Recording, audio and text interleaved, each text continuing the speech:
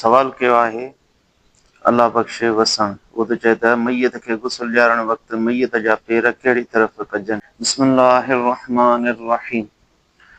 इन बारे में अहादीस मुबारका जे अंदरि का बि सराहत आयल न आहे। इन करे फुक़ाए कराम फरमायो आहे त उनखे ईअं रखिबो जीअं क़बर जे अंदरि रखियो वेंदो आहे। ऐं बज़ इहो फरमायो त उनखे चहिरो क़िबले जी तरफ़ कयो वेंदो ऐं उनजा पेर बि क़िबले जी तरफ़ कया वेंदा।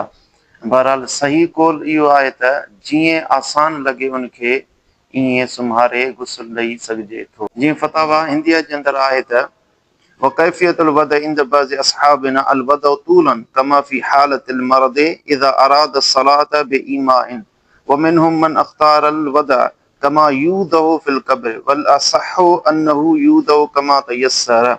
मैयत खे वेंझारण जे वक़्तु उनखे रखण जो सुम्हारण जो तरीक़ो इहो आहे त उनखे बज़ असांजे असहाबनि चयो आहे त तूलन यानी ड्रेग में उनखे सुम्हारिबो। जीअं मर्ज़ जे वक़्तु निमाज़ पढ़ंदो आहे इशारनि सां त पंहिंजा पेर क़िबले जी तरफ़ कंदो आहे, ईअं ई मैयत खे बि सुम्हारण उनखे गुस्ल ॾिनो वेंदो यानी क़िबले जी तरफ़ उनजा पेर कया वेंदा। ऐं बज़ असांजे असहाबनि इहो फरमायो आहे त उनखे ईअं सुम्हारियो वेंदो जीअं क़बर जे अंदरि सुम्हारियो वेंदो आहे। अॻियां पाण ज़हीरिया खां नकुल कंदे फरमाए थो त जीअं आसान लॻे उअं ई उनखे सुम्हारे गुस्ल ॾेई सघिजे थो, जहिड़ी बि तरफ़ हुजे। इन में का बि तख़सीस आयल नाहे। वल्लाहु आलम बिस्सवाब।